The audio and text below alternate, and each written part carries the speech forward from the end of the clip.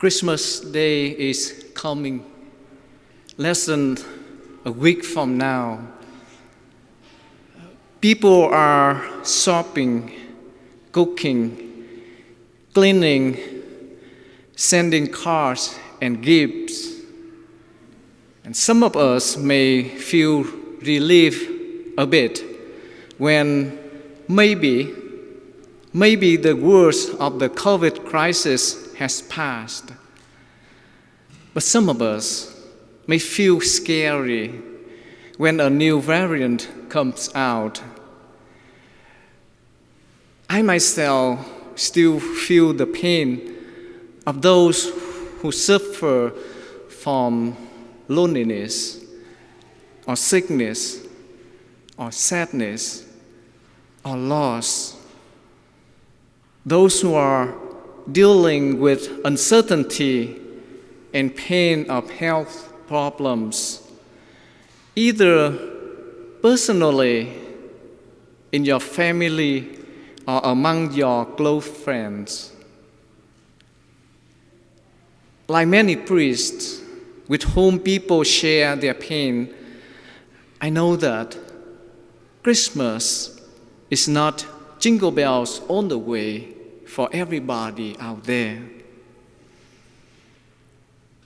The first Christmas was certainly a day of promise, but was also a day of pain. Mary and Joseph were away from home. Jesus was born in a barn.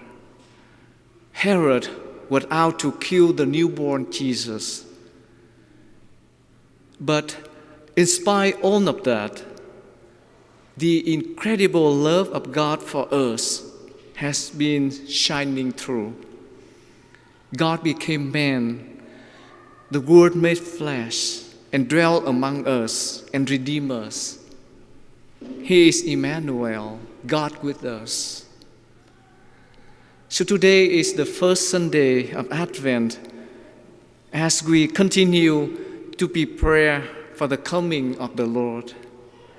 The church invites us to focus on Jesus and join Mary in her preparation and rejoicing at the birth of her Son.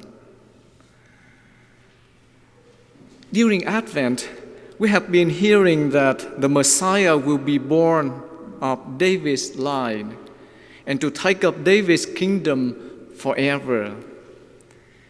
And from the first reading today, we have learned that the prophet Micah clearly announced that the Messiah would be born in Bethlehem, the city of David. Bethlehem is a small city, but it is the city of kings. It's where King David grew up, and later it was there Jesus was born. And in the gospel, we hear that Mary went in haste to the hill country. And then, when she greeted Elizabeth, the baby John leaped for joy. We have heard this story so many times, and we can learn so many lessons from that.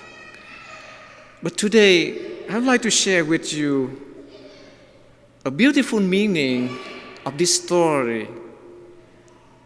The story of visitation of Mary to Elizabeth has a beautiful meaning about God in search of man, and Mary in bringing God to people. Mary is called the Ark of the Covenant because she carried the Word of God inside her womb. And in Jesus, we see God in the flesh. If we read the Old Testament, we know that when God liberated the people of Israel from Egypt, He led them through the desert. And one day, on Mount Sinai, God gave Moses 10 commandments written on 2 tablets of stone. And the stone tablets were put in a golden chest, which is called the Ark of the Covenant. And to the people of Israel, the Ark was so important because it was the physical presence of God before them, to remind them that God is always near to them. So whenever they went, they carried the ark with them. They would like God to be among them.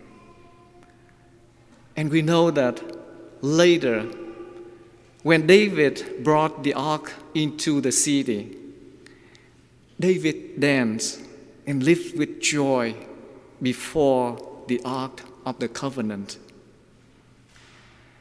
So in the same way, St. Luke wishes to convey that John the Baptist represents David, who danced in front of the Ark of the Covenant, because Jesus is God's covenant, and Mary is truly the Ark of the Covenant.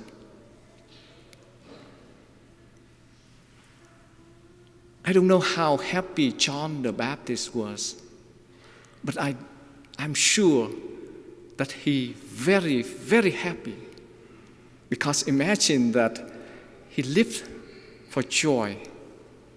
And David is the king, but he lived for joy before the Ark of the Covenant, before the presence of God.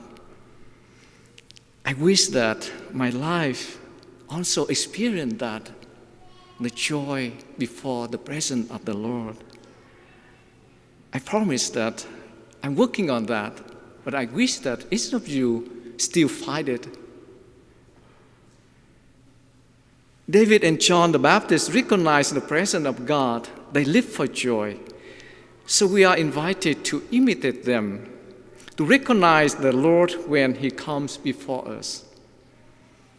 May we recognize the presence of God in the poor, in the weak, in the needy. May we recognize Christ in our family members, especially that we have to get together at Christmas. May we especially recognize Christ's presence in the Eucharist. And may God help us recognize the presence of Christ in our midst, and we have joy. And today, we are especially invited to imitate Mary as the Ark of the Covenant. We are challenged to ask ourselves how we are bearers of Christ to others. When we are filled with blessings and grace and joy from God, and especially when we receive the Eucharist into our bodies, we become living tabernacles of the Lord, little arks of the covenant.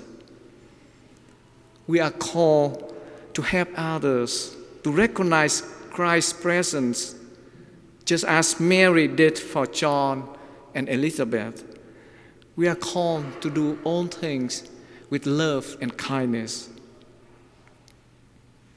My brothers and sisters, today we stand before the Lord, who is present to us in Mary, in each other, and especially in the Eucharist. May we have the faith to recognize Him, the courage to reveal Him to others, and the gratitude to rejoice and give praise for all He has done for us.